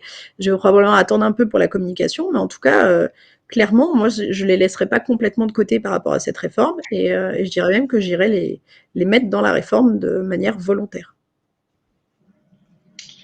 Alors, on a une question sur l'impact au niveau du chiffre d'affaires des cabinets, notamment dans d'autres pays, avec des chiffres qui ont été annoncés à -20, -25%. Il y a deux types de chiffres en fait. Il y a eu notamment, ça a été communiqué pendant le congrès 2023, les chiffres de l'Australie où il y avait un report qui s'est passé en France et des cabinets qui ont attendu pour la réforme de la facture électronique, qui ont un peu laissé passer le train, qui eux ont en effet perdu 20 à 25% du chiffre d'affaires au détriment de ceux qui avaient pris en main la réforme de la facture électronique. Aujourd'hui, quand on regarde les chiffres des pays sur lesquels il y a pas mal de questions sur le comparatif, alors sur la mise en place, c'est probablement plus simple dans certains pays, mais de toute façon, on est obligé de faire avec le cadre dans lequel on est. Par contre, ce que l'on constate, c'est un développement de l'activité lié aux nouveaux services et donc un développement du chiffre d'affaires des cabinets par rapport aux nouveaux services. C'est vraiment ce point-là sur lequel on interviendra au mois d'octobre-novembre sur ces nouveaux services pour transformer au niveau des cabinets du développement de chiffre d'affaires. Donc le moins 25, moins 20%, c'était plutôt sur le côté des cabinets qui étaient en attente, qui n'ont pas saisi l'opportunité. Ceux qui saisissent l'opportunité et qui proposent des nouveaux services, on avait échangé dans le cadre du congrès 2024 avec la Belgique également, qui a constaté un développement du chiffre d'affaires sur les nouveaux services proposés par les cabinets. Donc, c'est plutôt une opportunité de chiffre d'affaires. Et Elodie, il y a une question sur laquelle qui est un peu complexe, sur laquelle il faut qu'on réponde, c'est qu'on a un participant qui se trouve à l'île de la Réunion et on n'a pas prévu de date à l'île de la Réunion. Donc, est-ce qu'il y aura une session? Alors, aujourd'hui, voilà. Posé comme ça, c'est quand même un peu tentant, hein, il faut le dire. Non, aujourd'hui, malheureusement, on n'a pas prévu d'élargir sur cette partie-là. Mais il faut qu'on voit comment on peut trouver une solution, peut-être, y réfléchir. Au-delà du côté que ce serait sympa d'y aller, mais voilà, c'est peut-être un peu plus complexe à organiser. Mais voilà, il faut qu'on regarde un petit peu comment on peut répondre à ça, mais on se note la question. On note la question et effectivement, peut-être qu'on pourrait se dire qu'on pourrait faire un déplacement et non pas les deux ateliers en même temps, plutôt sur. Enfin voilà, à réfléchir. La porte n'est pas complètement fermée, mais autant vous dire qu'il va falloir qu'on négocie très fort avec Boris pour pouvoir Voilà. aller à la réunion. Et on a mis la Et question proposer l'atelier. en gros dans la liste des questions sur lesquelles il fallait qu'on apporte une réponse. Donc, voilà. Moi, je dirais qu'en synthèse, par rapport à justement cette peur, souvent on a peur de la perte du chiffre d'affaires que peut représenter la facture électronique dans nos cabinets. Moi, je dirais que par rapport à ça, en fait, si on ne subit pas la réforme, et c'est l'enjeu aussi de ces ateliers, hein, c'est-à-dire que si on construit pas à pas et si on est prêt et qu'on l'anticipe, cette réforme, elle nous permet de faire des choses extraordinaires et notamment d'accompagner nos clients. On le sait bien aujourd'hui, on aime accompagner nos clients, sauf qu'on n'a pas toujours les moyens techniques de le faire. C'est-à-dire que oui, on a quelques tableaux de bord et quelques prévisionnels sur un certain nombre de clients, mais ça nous oblige, nous, à travailler vraiment de manière complémentaire, en tout cas avoir un certain nombre d'actions spécifiques pour pouvoir les sortir. Et très souvent, on est assez mécontent du délai sous lequel on les sort, ces prévisionnels et ces tableaux de bord.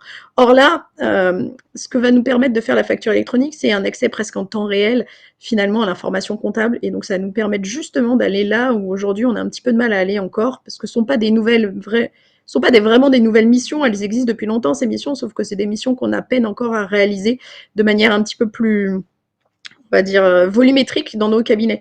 Donc encore une fois, pour moi, la facture électronique, c'est vraiment l'enjeu de s'approprier la réforme, ne pas la subir et d'arriver à accompagner nos clients et donc à proposer des éléments complémentaires. Et moi, je suis sûre que nos clients, c'est ce qu'ils attendent de nous. En fait, ils attendent des partenaires qui les accompagnent au quotidien. Et je pense que c'est ce que cette réforme va nous permettre de leur offrir, en fait. Ouais, je crois que toutes les études qui ont été menées ont montré qu'à un moment donné, quand on propose plus de services, ça fonctionne malgré tout sur un nombre de clients. Une dernière question, peut-être juste avant de finir, une question sur est-ce qu'on peut changer facilement de PDP et quel est le délai? Attention, c'est un engagement contractuel entre l'entreprise, donc votre client, et la PDP. Il peut y avoir des engagements contractuels longs. Il n'y a pas aujourd'hui de cadre spécifique qui a été défini par l'administration fiscale, c'est-à-dire que personne n'interdit à une PDP de signer d'un client de signer avec une PDP un engagement de plusieurs années. Hein. C'est pas interdit. C'est de la relation contractuelle. Donc informer peut-être vos clients aussi sur le risque d'un engagement long avec une PDP. Donc voilà, au niveau des questions qu'on a pu voir. Donc on vous remercie pour votre attention. On vous donne rendez-vous sur les différentes dates. Alors en effet, après la réunion, on a eu la Corse, hein, Elodie. Donc voilà, il va falloir qu'on retrouve des dates. Voilà, l'idée c'était de vous proposer déjà quelques dates, de voir un petit peu l'attente qu'il pouvait y avoir par rapport à ça. On pourra peut-être ajuster par la suite en fonction de de l'engouement que ça peut susciter chez vous. Merci beaucoup et puis bonne période fiscale et n'oubliez pas d'utiliser notre petit mail de communication auprès de vos clients. Ce sera la première étape pour la mise en place de cette réforme. Bonne journée à tous.